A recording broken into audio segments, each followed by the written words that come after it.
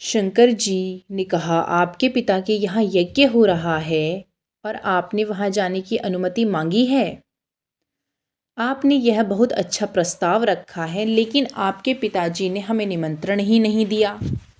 सती जी ने कहा, प्रभु आपने कहा कि पिताजी ने निमंत्रण नहीं दिया, ये भी तो हो सकता है कि व्यवस्था के कारण किसी को भी निमंत्रण ना दिया हो, अथवा निमंत्रण तो भेजा हो परंतु पहाड़ी का रास्ता है, निमंत्रण देने वाला अभी तक यहाँ ना आ पाया हो। कभी कभी ऐसा होता है कि जब कार्य संपन्न हो जाता है उसके बाद पत्र आता है। ये भी तो हो सकता है कि निमंत्रण कार्ड लाने वाला कहीं रास्ते में ही हो, जब यज्ञ पूरा हो जाए उसके बाद यहाँ आकर के पहुँचे। शंकर जी ने कहा, ऐसा कुछ नहीं है, तुम्हारे पिता ने निमंत्रण ही नहीं भेजा है। सती जी ने कहा, यह संभव है, यदि मुझे निमंत्रण नहीं दिया तो उन्होंने किसी को भी नहीं दिया होगा, क्योंकि मैं विशेष हूँ। शंकर जी ने कहा, देवी ये आपकी गलत धारणा है। दक्ष ने अपनी समस्त कन्याओं को बुलाया, लेकिन मेरे कारण तुम्हें भी नहीं बुलाया। दक्ष ने अपनी समस्त पुत्रियों को बुलाया, बस मेरे कारण ही उन्होंने तुम्हें नहीं बुलाया, क्योंकि वो हमसे बैर मानते हैं।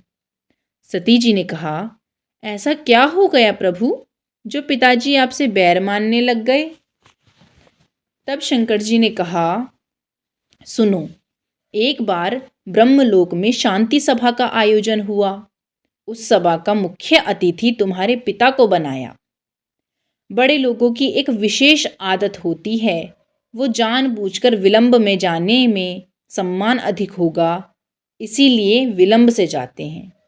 सभी लोग उस सभा में आ गए, लेकिन दक्ष जानबूझकर विलंब कर रहा था। वह सभा का मुख्य अतिथि था, अतः उनके बिना सभा प्रारंभ नहीं हो सकती थी। मैंने विचार किया, जीवन का क्षण और अन्न का कण कभी बर्बाद नहीं करना चाहिए। जब तक दक्ष नहीं आ रहे हैं तब तक मैं हरि नाम स्मरण करने लगा। उसी समय दक्ष वहां आ गए। सभी लोग दक्ष के स्वागत में खड़े हो गए। मैं ध्यान में था, इसीलिए मुझे पता नहीं चला। बड़े लोगों की दूसरी कमी यह होती है, वे ये नहीं देखते कि कितने लोग सम्मान में खड़े हुए, अपितु वे ये देखते हैं कि कितने लोग खड़े नहीं हुए। दक्ष ने देखा मुझे छोड़कर सभी लोग सम्मान में खड़े हैं। अब तो दक्ष क्रोधित हो गए और कहने लगे, ये सभ्य लोगों की सभा है, ये असभ्य लोग कैसे आ गए? सभी एक दूसरे का मुख देखने लग गए। दक्ष किसके लिए कह रहे ये सबको स्पष्ट से पता था। मैं ये सब इस अघोरी शिव के लिए कह रहा हूँ। ये मेरा दामाद है और दामाद पुत्र के समान होता है, इसे तो सबसे पहले उठकर मेरा सम्मान करना चाहिए था। पहले की तो बात छोड़ो, ये तो उठकर भी खड़ा नहीं हुआ, तो प्रणाम तो तब करेगा। मैंने पिताजी के कहने पर अपनी कमल नयनी पुत्री इस मरकट लोचन को दे दी। ये उसके योग्य था ही नहीं। मैं इसे श्राप देता हूं, आज से इंद्र उपेंद्र के साथ इसे यज्ञ में भाग ना ही मिले। यह श्राप सुनकर नंदी जी को क्रोध आ गया। नंदी जी ने दक्ष से कहा, तुम बार बार मैं कर रहे हो, इसीलिए तुम्हारे सिर पर बकरे का सिर लग जाए। फिर ब्राह्मणों से कहा, शास्त्र कहते हैं जहां पर शंकर जी की अथवा भगवान विष्णु की निंदा होती हो तो वहां से उठकर चले जाना चाहिए, अन्यथा बहुत बड़ा पाप लगता है। तुम सब जानते हुए भी शंकर जी का अपमान सहन कर रहे थे, इसीलिए तुम सब भिक्षा मांगकर के जीवन यापन करो। तब भृगु जी ने कहा, शिव को मानने वाला पाखंड हो जाए। नंदी जी ने कहा, वही पाखंडी होंगे जो केवल शंकर जी को मानेंगे। जो शंकर जी के साथ भगवान विष्णु को भी मानेंगे वो कभी पाखंडी नहीं होंगे। ब्रह्मा जी ने देखा ये शांति सभा क्रांति का रूप ले चुकी है, तब उन्होंने वह सभा विसर्जित कर दी। यद्यपि मैंने दक्ष का अपमान नहीं किया था, परंतु दक्ष ने इसे अपना अपमान समझकर मान लिया और उसी कारण वो भी मेरा अपमान कर रहे हैं। मेरे कारण उन्होंने तुम्हें भी नहीं बुलाया। सती जी ने कहा, जो भी हुआ गलत हुआ। अब आप पुरानी बातें भुलाकर नया संबंध आगे बढ़ाएं। और यज्ञ में चलें। शंकर जी ने कहा, बिना बुलाए कहीं भी नहीं जाना चाहिए। तब माता सती कहती हैं कि प्रभु, बिना बताए कहीं भी नहीं जाना चाहिए, पर 5 जगह ये ऐसी होती हैं जहाँ पर बिना बुलाए भी चले जाना चाहिए। पहला, माता के यहाँ। दूसरा, मित्र के यहाँ। तीसरा, स्वामी के यहाँ। चौथा, पिता के यहाँ। और पांचवा, गुरु के यहाँ। यदि कोई भी कार्य हो रहा हो तो वहाँ निमंत्रण की अपेक्षा नहीं रखनी चाहिए, बिना बुलाए ही चले जाना चाहिए। लेकिन इन स्थानों पर यदि कोई विरोध मान रहा हो तो वहाँ कभी नहीं जाना चाहिए। तुम्हारे पिता हमसे विरोध मान रहे थे, इसीलिए वहाँ जाने से कल्याण नहीं होगा।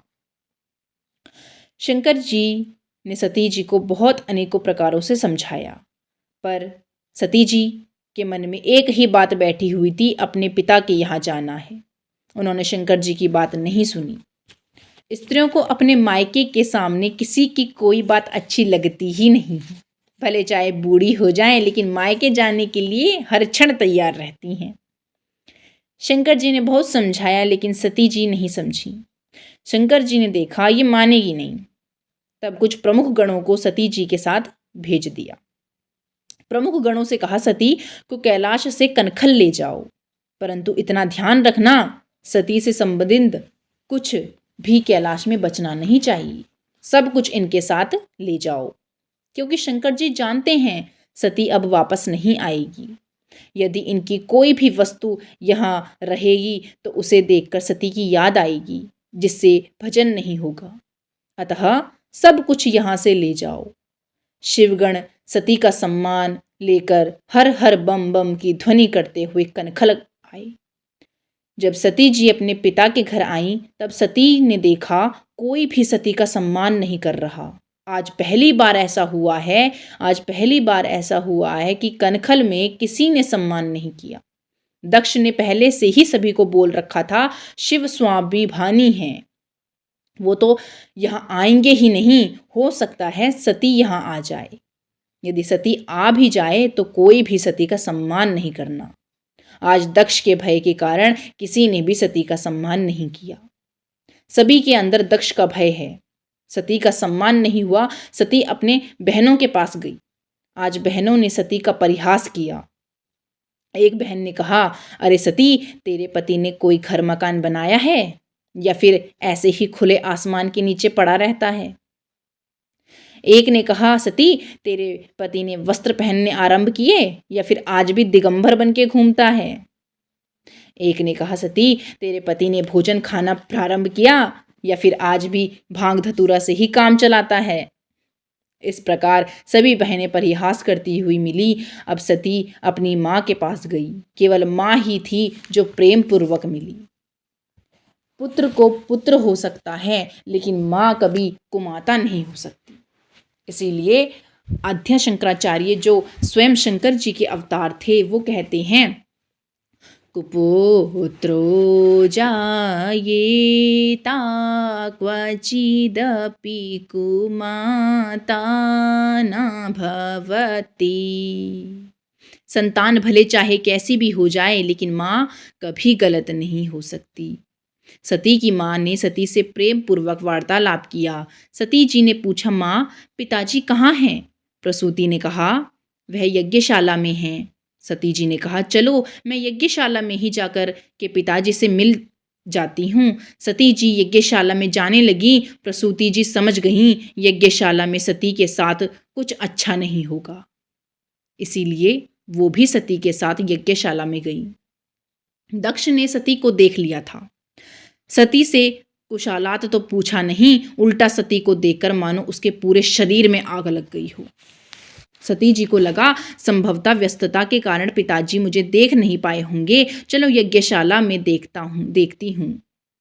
सती यज्ञशाला में आई। यज्ञशाला में सभी देवी देवताओं का आसन देखा। ब्रह्मा विष्णु को देखा। आसन तो दिया गया था, चाहे वो आसन खाली क्यों ना हो, लेकिन आसन तो था, परंतु शंकर जी के लिए कोई आसन नहीं था। सभी देवी देवताओं के लिए आसन था, परंतु शंकर जी के लिए कोई भी आसन नहीं था। पूरी यज्ञशाला में कहीं पर भी शंकर जी का भाव दिखलाई नहीं पड़ा।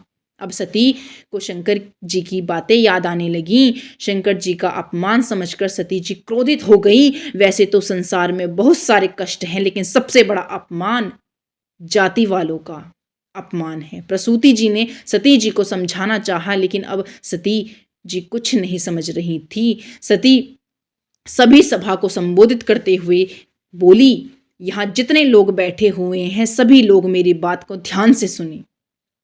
जिसने भी शंकर जी की निंदा की है अथवा सुनी है, उन सबको भली भांति फल मिलेगा, फिर भले ही वो मेरे पिताजी ही क्यों ना हो।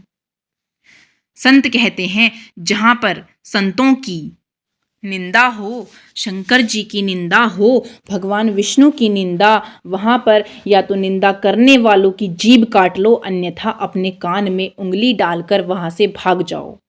मैं यहाँ से कहीं जा नहीं सकती, क्योंकि एक स्त्री के दो ही घर होते हैं, या तो पति का घर या तो पिता का घर।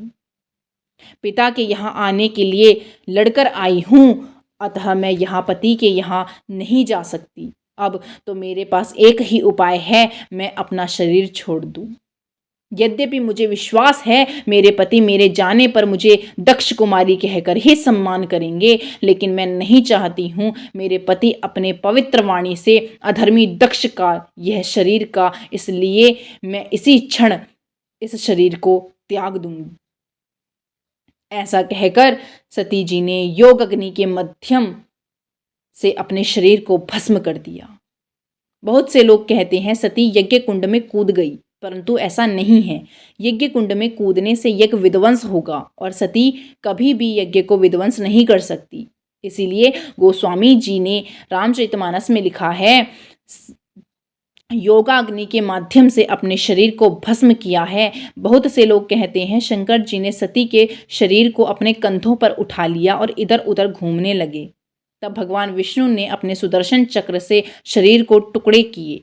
जहाँ जहाँ वो टुकड़े गिरे वहाँ वहाँ शक्तिपीठों का निर्माण हुआ, परंतु अभी तक किसी भी ग्रंथ को पढ़ने में नहीं मिला। सती जी का शरीर ही नहीं बचा, तुरंत भस्म हो गया था। फिर भगवान विष्णु ने किसके टुकड़े किए? रामचरितमानस के अनुसार, भगवान जी के अनुसार, शिव पुराण के अनुसार, लिंग पुराण के अनुसार सती तक्षण भस्म हुई हैं। शंकर जी के गणों को ज्ञात हुआ, उन्होंने यज्ञ विध्वंस किया, लेकिन भृगु जी ने शिव गणों को मारकर भगा दिया। अब इसके आगे की चर्चा हम नेक्स्ट वीडियो में करेंगे। तब तक के लिए जय Shriman Narayan, Radhe Radhe. Like, follow, share, subscribe ज़रूर करें।